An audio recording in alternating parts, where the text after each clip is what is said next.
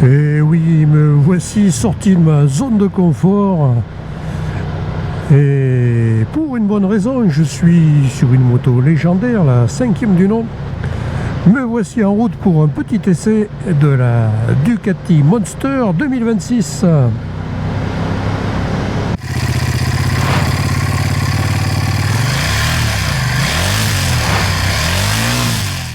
Les pieds sont légèrement reculés, mais ça va, c'est pas extravagant. On est aussi légèrement penché sur l'avant. Une position de conduite assez sportive, mais rien de radical, hein. Le guidon est assez large, un peu relevé. Et même pour un vieux comme moi, on est plutôt pas mal assis. La moto est neuve, je vais donc pas tirer dessus. Mais quand on accélère, la réponse à la poignée de gaz ride-by-wire est immédiate. Là, voilà cette nouvelle Ducati Monster. Franchement, moi je la trouve très réussie au niveau de l'esthétique. Là, on est avec la version Monster Plus. Elle existe en deux versions. Monster simple, il n'y a pas le capot de selle, il n'y a pas le petit saut de vent. Et la Monster Plus ici qui est seulement 300 € de plus que le prix de base de 12 590 €.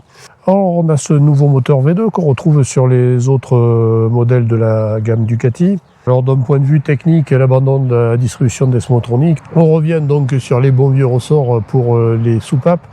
C'est plus simple à gérer avec les nouvelles normes et c'est peut-être aussi un petit peu moins cher et ça permet également d'espacer le contrôle du jeu aux soupapes puisque sur ce modèle on va avoir une révision tous les 15 000 km ou tous les 2 ans et surtout un contrôle aux soupapes tous les 45 000 km.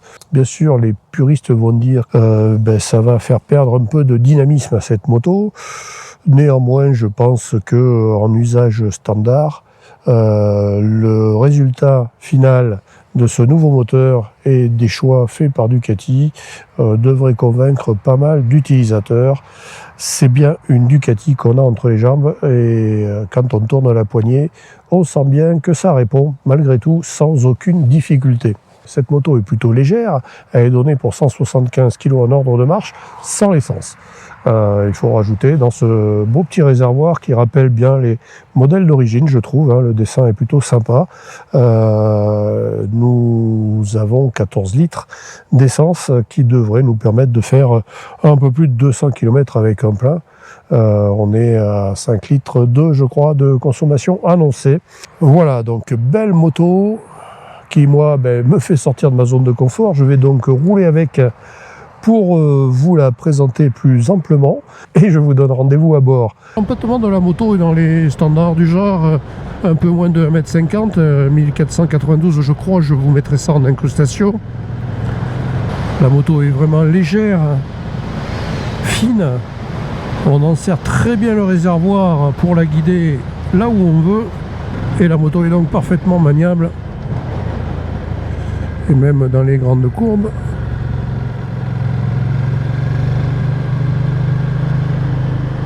Ça passe sans difficulté, c'est un vrai jouet. Le petit compteur TFT est très lisible avec toutes les indications nécessaires pour un pilotage correct. On a 2 modes d'affichage au niveau de ce compteur. Et pour le moteur, on a une cartographie électronique qui permet 4 modes différents avec à l'intérieur de ces modes une possibilité de modifier le réglage des différentes assistances électroniques. On a aussi l'ABS en angle sur cette moto. Ça c'est bien pour la sécurité. Le shifter up and down de série a l'air de fonctionner parfaitement bien, que ce soit en montée ou en descente. Moi je trouve qu'il va très très bien ce shifter. Le contraire m'aurait étonné. Les freins ont l'air de très très bien répondre. Allez, je freine de l'arrière. Alors de l'arrière, ça ralentit bien la moto. L'ABS se déclenche assez rapidement, somme toute c'est assez normal. Et de l'avant,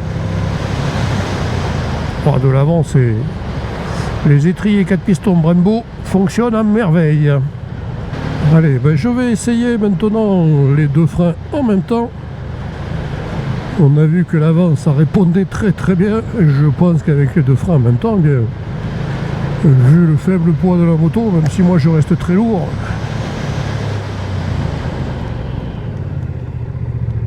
oui, ben ça marche très bien.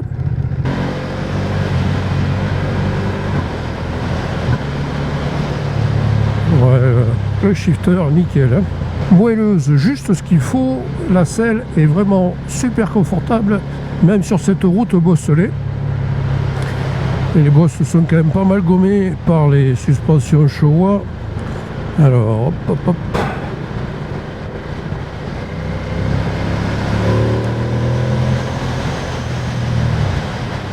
Quand on n'utilise pas le shifter, le levier d'embrayage reste souple à l'usage. Et les leviers me semblent être réglables, tant au niveau du levier d'embrayage que du levier de frein. On remarquera aussi, mais vu la gamme de prix dans laquelle on est, il est un peu normal que Ducati nous propose de jolies pièces, et notamment de jolies pièces de fonderie. On voit ça au niveau des poignées de frein et d'embrayage, c'est du Brembo et c'est tout beau. Et au niveau des bras oscillants à jouer, eh bien j'aime bien les jolies pièces de fonderie, et là eh bien on peut dire qu'on a deux bras oscillants de toute beauté. Je vais tester donc la maniabilité de la moto maintenant sur la montée sinueuse que j'ai l'habitude de prendre pendant mes essais. Allez, dernière courbe avant de traverser la Mazelle et on attaque la montée.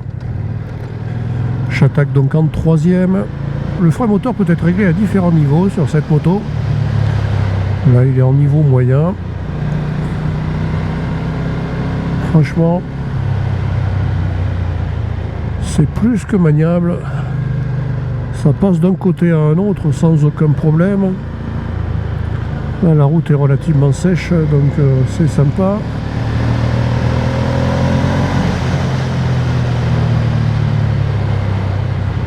Elle prend facilement ses tours, cette moto. Pour monter tranquillement cette route, je peux rester donc en troisième.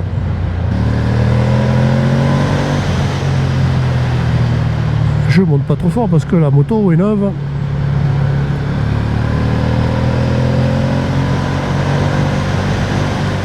Quand on arrive autour des 6000 tours, la moto devient beaucoup plus joueuse et le bruit du moteur, le bruit de l'échappement est très sympathique. Allez, on va tester sur la petite route la capacité à bouger la moto en faisant des demi-tours en 3 temps. Je regarde derrière moi, clignotant. Le bras de levier est intéressant. Le guidon est grand, hein, il permet de bien tenir sa moto. Sachant qu'avec 815 mm de hauteur de selle, j'ai moi les pieds bien à plat, les jambes même fléchies sur la moto qui est pas large en plus, donc facile à prendre en main.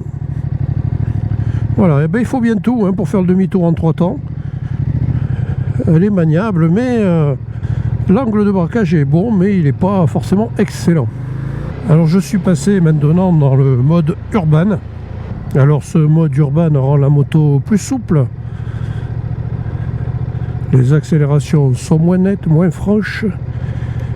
Et vu la différence qu'il y a entre le mode road et le mode urban, ben ça va me donner envie de tester le mode sport. Je vais donc attendre qu'il n'y ait plus personne devant moi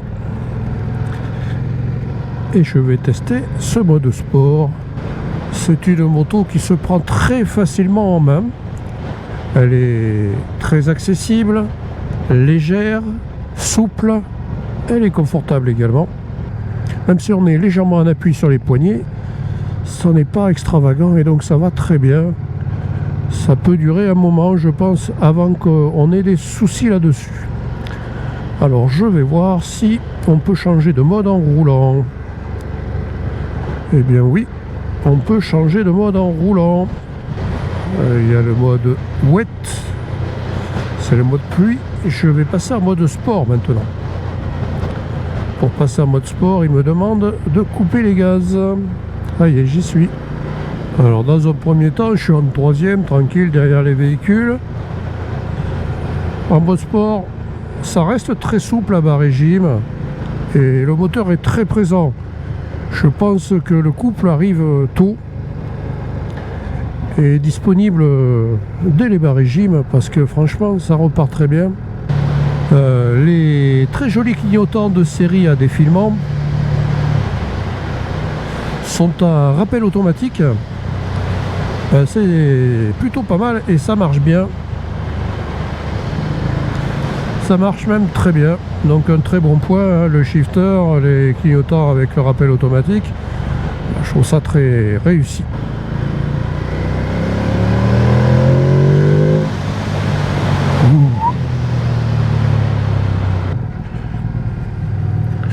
Oui, donc je vous confirme, hein, au niveau du confort, pas de souci, les suspensions fonctionnent bien, elles effacent bien les ralentisseurs, on prend pas de coups dans le dos. La selle est parfaitement confortable. L'ergonomie sur cette moto, pour moi, est une réussite.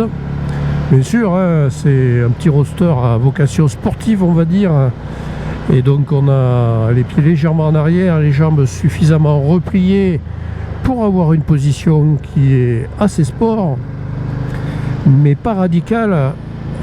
Et donc, ça veut dire qu'on peut partir pour de longs trajets sans problème, à mon avis. Eh bien, je crois que je vais rester en mode sport jusqu'au bout parce que ce mode sport est vraiment agréable. Il permet des accélérations franches. On sent que les gaz s'ouvrent en grand sans difficulté, mais il permet aussi de rouler sur un filet de gaz à bas régime en toute souplesse. C'est cool. Ce V2 de Ducati est une belle réussite. Et je dirais que la distribution Nesmotronic est peut-être abandonnée, mais Ducati n'a pas abandonné le caractère très plaisant de ces moteurs. Alors je ne vous ai pas parlé de la rétrovision, les rétroviseurs, petits rétroviseurs, design sympa, permettent de parfaitement voir derrière soi. Comme vous pouvez le voir, quand on veut doubler, il n'y a pas de souci. En mode sport, ça répond.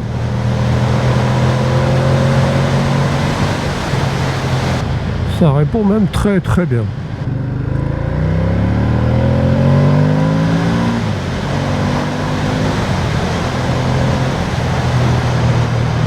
Oh, qu'est-ce que c'est agréable. Oh, la moto est vraiment joyeuse. Oui, je dirais ça. C'est un monstre gentil. Ça parlera au quincaillerie plus. Moi, ce que j'apprécie sur les Ducati, c'est que malgré toutes les normes qui ont tendance à aseptiser notre environnement, eh bien, ils arrivent toujours à nous proposer des motos très sympathiques, très joyeuses, très joueuses aussi. Il faut savoir raison garder. Que le moteur s'exprime très très bien plus on monte dans les tours. Donc encore une fois, hein, je remercie Alexandre qui est le commercial Ducati chez Motomove Limoges. N'hésitez pas à lui rendre visite. Ce commercial est agréable et ses motos sont très sympas. Alors bien sûr, elle reste quand même à un tarif un peu élitiste, 12 590 € au prix de base. Celle-ci Monster Plus avec le capot de selle et le petit saut de vent est à 12 890 €. Mais on a quand même un produit de qualité et une moto de légende entre les jambes. Donc peut-être que c'est le prix qu'il faut mettre, et malgré la concurrence qui fait rage sur ce segment de moto. J'espère pouvoir bientôt essayer la toute dernière concurrente de cette Ducati, la chinoise Kujimotor 921. Merci d'avoir regardé cette vidéo. Je vous dis à très bientôt sur cette chaîne pour une balade ou un essai. Merci encore et... Ah, revoilà ma QJ. Salut!